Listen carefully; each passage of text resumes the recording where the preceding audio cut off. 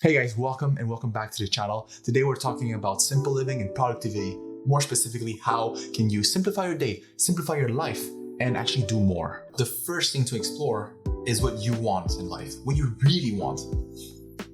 I think living intentionally and simple living kind of go hand in hand because they're about living in accordance to your values. But the thing is, we're often at the intersection between what societies want, what our friends want, what our parents want, that we forget about what we want. So we rarely ever ask ourselves anymore, like, what do we want from our lives? What do I want? What do you want? You and I, we think we have free will. We think we're living our story, but really often we're just obeying society standards. We're obeying our parents. We don't want to disappoint our parents, so we do what they recommend us. We try to accomplish their dreams. There's so many agendas being pushed onto you, and at the same time you're being pulled from all kinds of directions that it's really hard to know. So reflect on this and figure out what your most important goals are. What is your mission statement, your North Star? What do you really want? But do take the time to think about it. Otherwise, chances are you're probably going on autopilot and you're not going to be very fulfilled, or you're probably not feeling very fulfilled right now. This activity is really important because you can't do everything and you can't be everywhere. So that's what I mean by doing less. Part of you probably wants to do X, Y, Z, and they're completely unrelated because your friends are doing it. You see people on social media doing it. Your parents want you to do something else.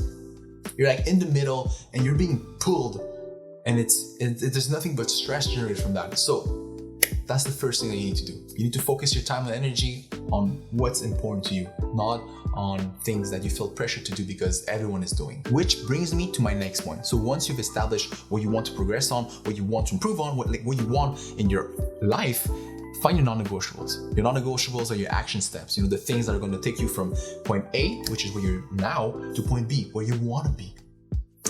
They can really vary. It could be activities and events that you attend. It could be your commitments. It could be the people you hang out with. It could be your hobbies. It could also be, things that you have to do every X amount of time. Or it could also be things that you don't allow yourself to do. Whatever it is, it's really up to you. And make sure that your non-negotiables are related to your goals. For example, if you're trying to be healthy and you want to have six-packs abs this year, then obviously your non-negotiables should include core exercises done regularly and having a clean diet. You can't expect to go party, to smoke, and to eat junk all the time and have six-pack abs, right? Figure out your non-negotiables and stick to them. And likewise, if ever your goal is to be a writer, then you have to write every day. You want to code, you want to be a programmer, code every day. So that's your non-negotiable. As much as possible, try to make your goals and your non-negotiables synergistic with each other. What I mean is, if you can complement the activities that you do with each other, you can have a compounding effect and you'll be able to achieve even more faster. Let me give you an example. If your goal this year is to be healthier, then your non-negotiables could include running every day, exercising regularly, eating clean, and getting enough sleep. In this case, all four complement each other. And the reason why it's so good to have complementary goals, or in this case, synergistic goals, is because if you eat clean and you sleep well, your performance, your running and your exercises are just going to benefit. You'll have better performance and you'll be better. However, if your action steps contradict with each other, you're gonna have a bad time. If you eat junk and you never sleep because you're always partying and drinking, even if you run every day and you exercise regularly, you're not gonna be at your best. Your body is not going to be able to perform as well as it could if you were eating well and sleeping enough. And besides, the opposite doesn't really work well. There's no flow, there's only stress. And by stress, I mean that you're stuck in the middle of two opposing forces. On one end, you want to get better, you want to get healthier, right? You want to run, you want to eat clean, you know what needs to be done. On the other end, you want to have fun. You want to go chill with your friends. You want a quick fix, a quick gratification. It's the easy way out. You want to feel good, and I understand.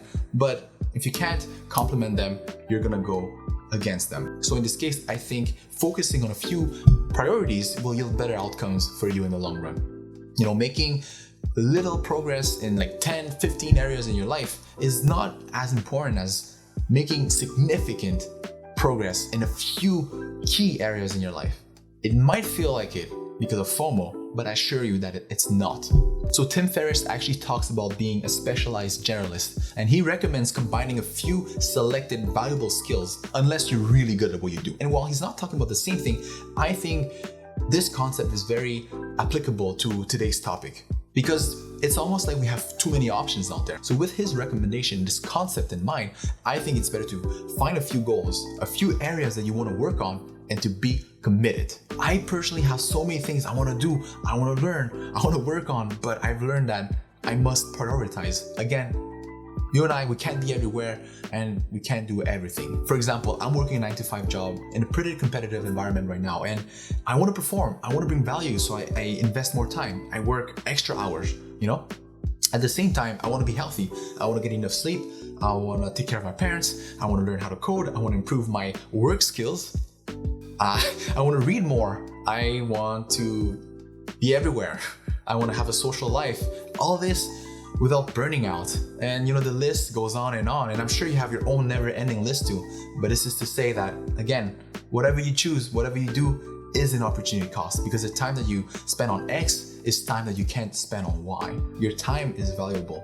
Don't spend it on useless stuff. And by useless, I mean things that are not really in tune with you. You know, live your own narrative, don't live somebody else's. So the key to really simplify your life is to ask yourself and figure out what you really want out of your life. It has to be your story, right? It has to be what you want to do, not what other people are doing, not what your friends, your mom, your dad, your grandpa, your uncle, or like society, your social media guru influencers. No. It has to be what you want to do. Think about it, like ask yourself. And then when you know, separate it all into goals and break down these goals into non-negotiables, actionable steps that you can do every day.